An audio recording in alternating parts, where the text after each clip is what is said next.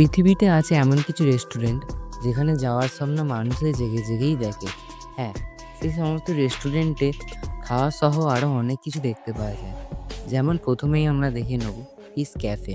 এই ক্যাফে ভিয়েতনামে অবস্থিত। এই ক্যাফের মধ্যে সর্বত্রই থাকে জল এবং এর মেঝেতেও জলে ভর্তি থাকে। জলের মধ্যে থাকে নানান রকমের রঙিন মাছ। এর মাঝেই আছে বসার চেয়ার টেবিল। এখানে খাওয়া সহ নানান মাছের দৃশ্য উপভোগ করা হয়। দ্বিতীয়তে আছে ডিজাস্টার ক্যাফে, যেটি স্পেনে অবস্থিত।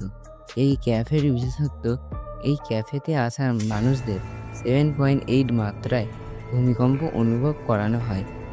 তৃতীয়টা জেনে নেওয়ার আগে একটি লাইক এবং একটি সাবস্ক্রাইব করে দিও। তৃতীয়টা হলো ভ্যাম্পায়ার ক্যাফে, এটি টোকিওতে অবস্থিত। এই ক্যাফেটি ভ্যাম্পায়ার থিমে গড়ে তোলা আছে। এইখানে দেয়াল থেকে মেঝে পর্যন্ত সবকিছু লাল রঙে রং করা হয়েছে, যা দেখতে অনেকটা রক্তের মতো।